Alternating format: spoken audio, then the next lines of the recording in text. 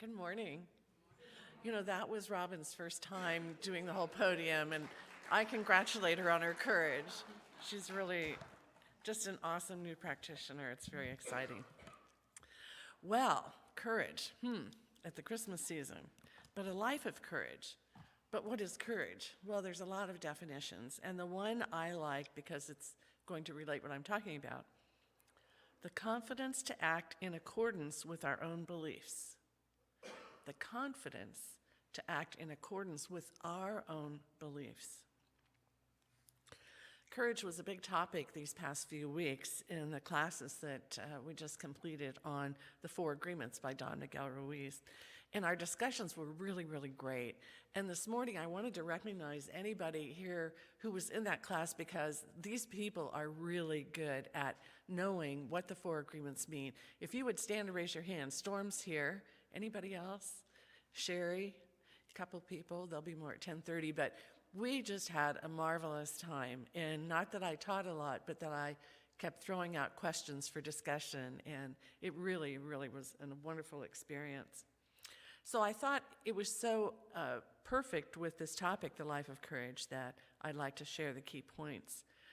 Because Don Miguel might say, live a life of courage. Not just what is the life of courage, but live a life of courage.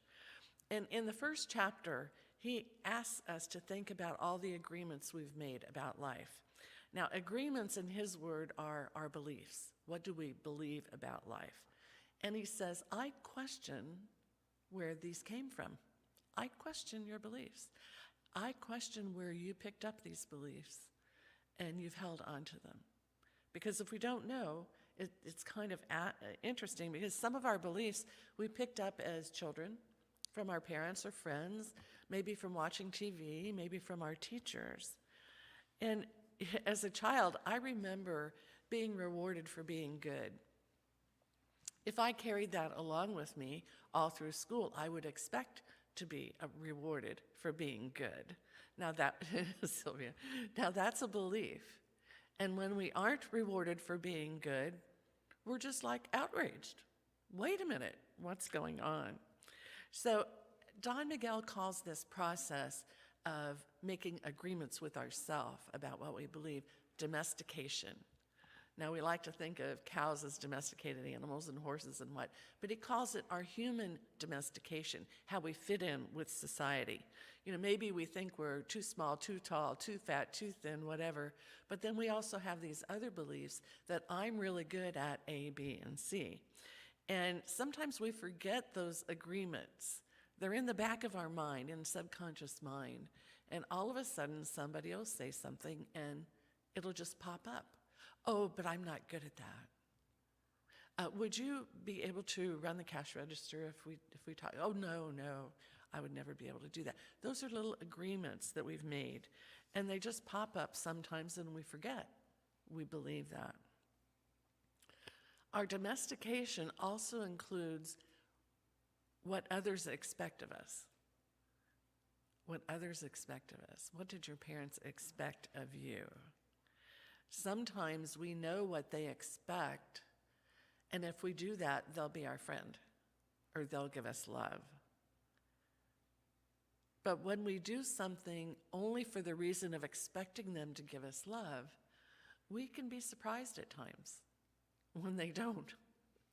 Then we feel less than, oh my gosh, they don't love me anymore. Here I was doing everything right. Maybe I'm not worthy of their love now.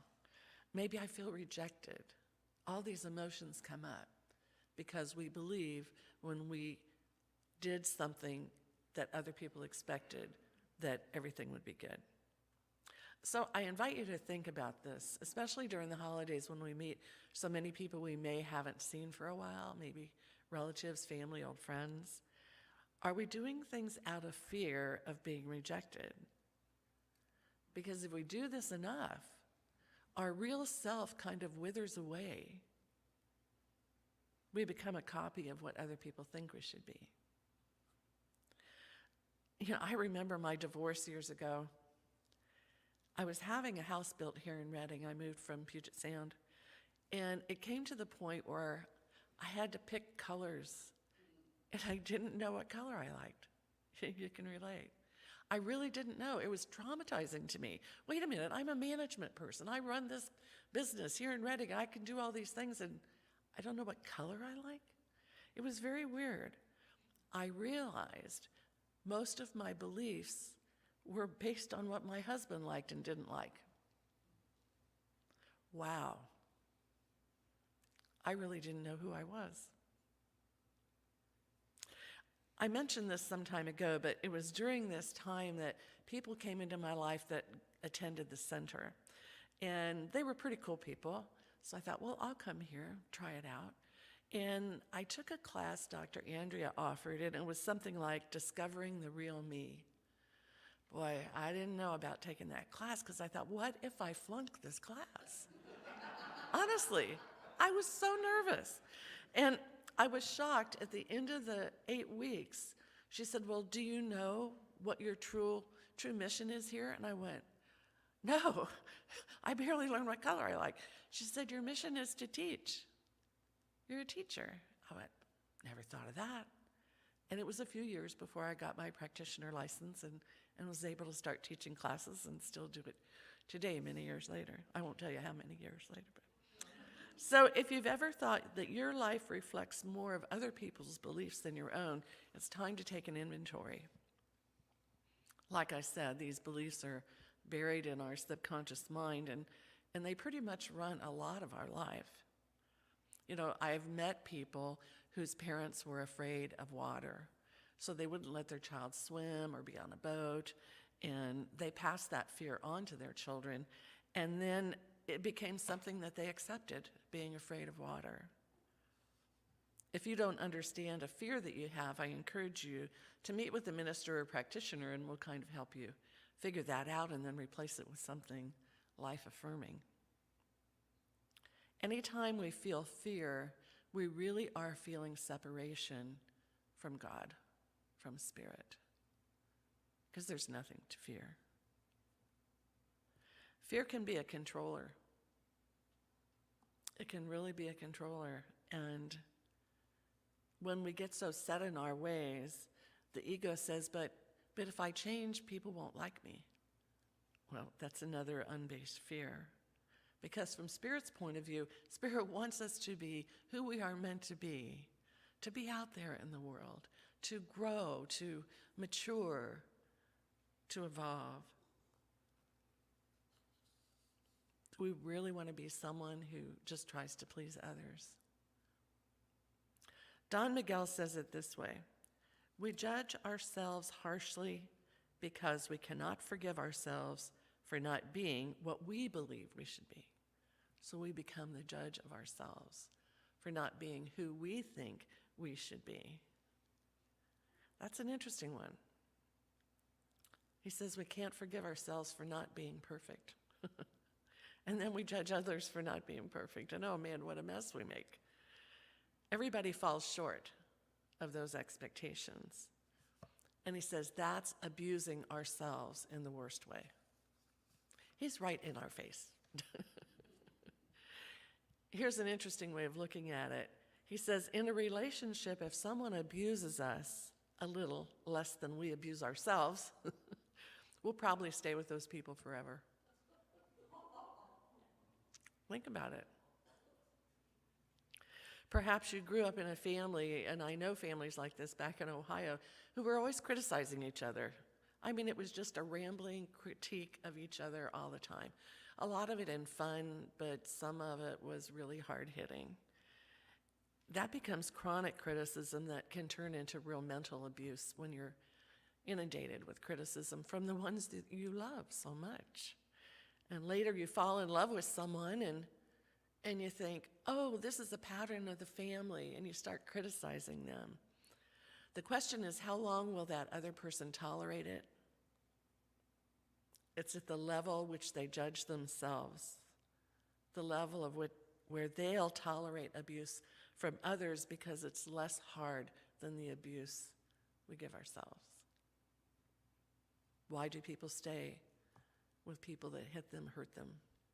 There's something there that says, I deserve it. A pattern of belief that can be changed. scanning the magazines at Safeway as you're checking out. You see all these gorgeous, gorgeous people. That is perfection. No, it's not. But sometimes we can buy into that. Oh my gosh, to have a body like that. Well, that's never going to happen for me. But if we compare ourselves to these models, we don't accept ourselves the way we are. We judge other people by the way they are. And we weave a very tangled web of unhappiness. Don Miguel says, stop it. Bless him. Just stop it. Find the courage to change those beliefs. First, you have to be aware of them, and then you can change them. Reclaim your personal power. It takes a strong will and a lot of courage to shift from this heavy self-judgment to loving ourselves. And all this information is just the introduction to his book. It's a little book. It's on the counter in the bookstore, the 4 Agreements. But all this juicy, wonderful information was just the prologue to his 4 Agreements. And you probably know what the first one is. Be impeccable with your word. Your word is energy. Your word sets your intent. And your intent manifests in your life. So your word, your simple word, can make your life heaven or hell. Don Miguel describes the misuse of your word. He calls it black magic. It's like we're casting spells on ourselves and other people. As children, if we're told we're not good at art, and I know a few people like that, that so hits a child that they're like hooked. What do you mean I'm not good at that? And they carry that with them into adulthood. Horrible thing to say to a child. It's a spell. It's your word that cast a black magic spell on someone and you didn't even know it. Sometimes we don't even know where that came from until we take a good look and take an inventory. The root word of impeccable in Latin means without sin. I thought that was interesting. I had no idea that's what that meant. In the Toltec tradition, sin means doing things against ourselves. Isn't that interesting? Sin means doing things against ourselves. So if we're not impeccable with our word, we're hurting ourselves. We believe that in Science of Mind because we know how the mind works. But Don Miguel says self-rejection is the biggest sin we can commit. Do not sin with your word. Take responsibility for your actions. I grew up Catholic, very strict Catholic. And there were a lot of things labeled sins. Venial sins and mortal sins. And I remember how important it was. Our teacher, would march us to church at least once a week, and we'd have to go in that confessional and confess our sins. I got pretty good at it. I told 3 lies and disobeyed my parents twice. And he would say, well, my child, you're forgiven. But go back out in the pew and say 3 Our Fathers, 3 Hail Marys, and 3 Glory Bees. And boy, I was good at that too. I would just rattle them right off. Now, the thing about sins is, as Catholics, if we didn't go to a priest and ask forgiveness, those sins would stay on our soul. And when we died, let's say for disobeying our parents twice, you might get 150 days in purgatory before you could go to heaven. So that's why it was important to get forgiveness, because all these sins would just build up. And by the time you died, wow, that would be an amazing load of guilt, really. Now, mortal sin, that was something heinous. You don't hear that word very often anymore. It says, so heinous, it deprives our soul of grace and causes damnation if it was still unforgiven at the time of death. In other words, you're in trouble when you die if you have not been forgiven of a mortal sin. I'm really glad I never had to ask the priest for forgiveness of a mortal sin, or I'd still be kneeling there running off the Our Fathers and the Hail Marys and the Glory Bees. But I love, looking back, Catholicism was really good for me because it was very structured, and it was highly valued. Your life was highly valued. But here's where Don Miguel surprises me again. He calls self-rejection a mortal sin. It was like, wait a minute.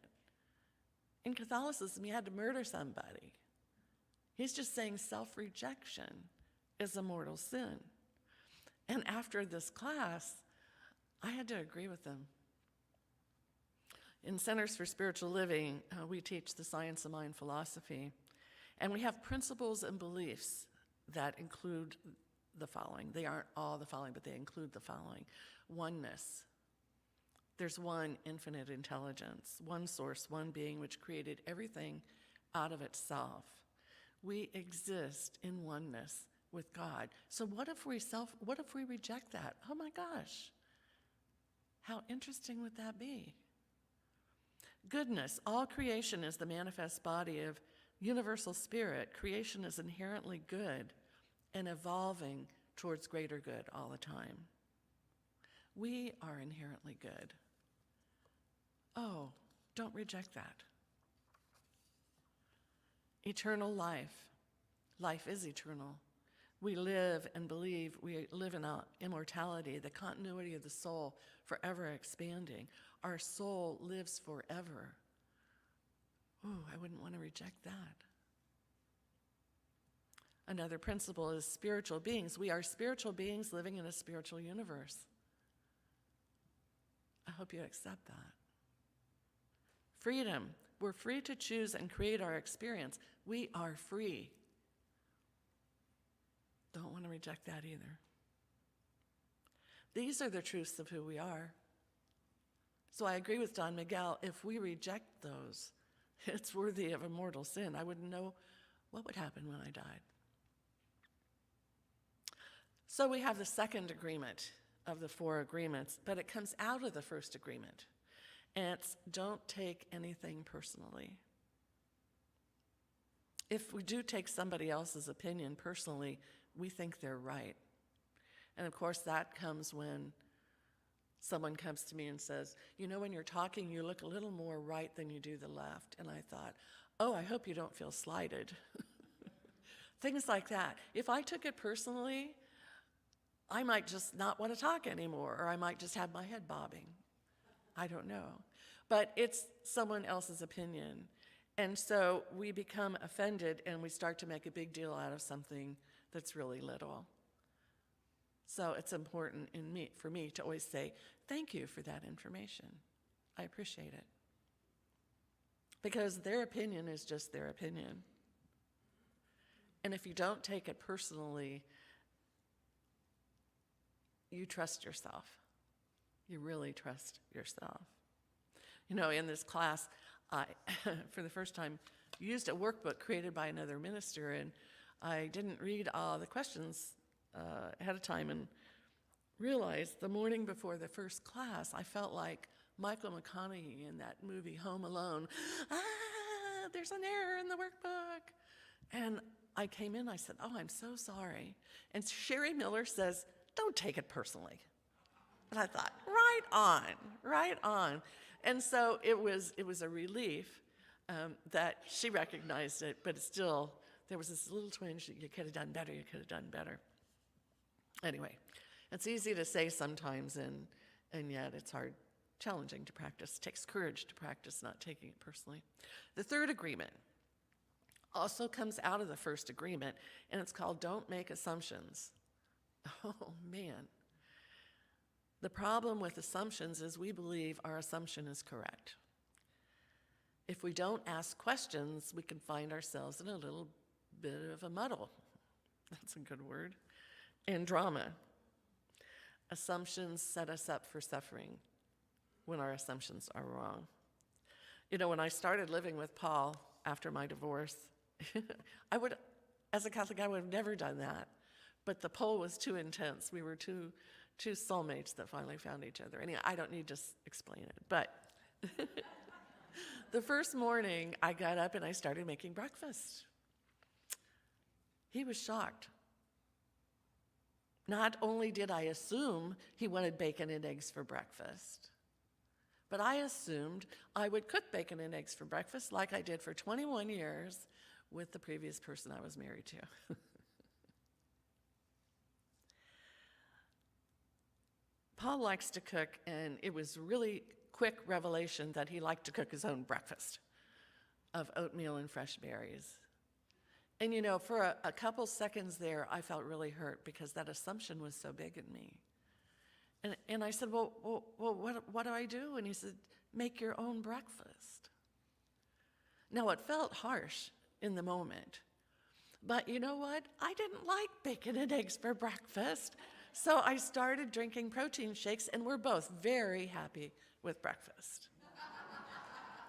But it took that courage for him to say, what are you doing? I don't do things that way. So it takes courage not to make assumptions. It takes courage to ask questions. It makes life just a whole lot easier. So the fourth agreement is an action step, and I didn't realize that the first few times I read that book. It's an action step. And as we say in our affirmative prayer, our spiritual mind treatment, treat and move your feet. Take action. Always do your best and take action to do your best. Doing your best requires action.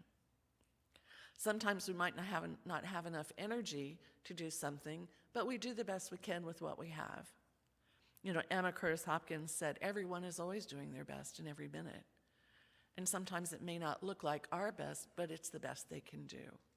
And that's where compassion comes up. That's where we have compassion for, that's the best they can do.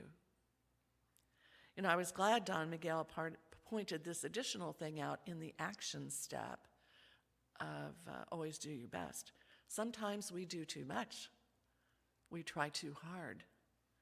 We use more energy than we had originally to do it. And he said when we do that, when we overdo, we're hurting ourselves. We think we're helping, but we're really hurting ourselves. And he would say, yeah, it's a sin to overdo, to extend yourself beyond what you really should do to be healthy, to be stable, to be confident, to be at peace. Just last week, it was 3:25, and I usually head for home at 3:30. I thought, okay, I got 5 minutes. What else can I do? And then this is like, smile, talk to Sylvia, do something fun. You don't have to do another extra 5 minutes of work just to get her done, you know.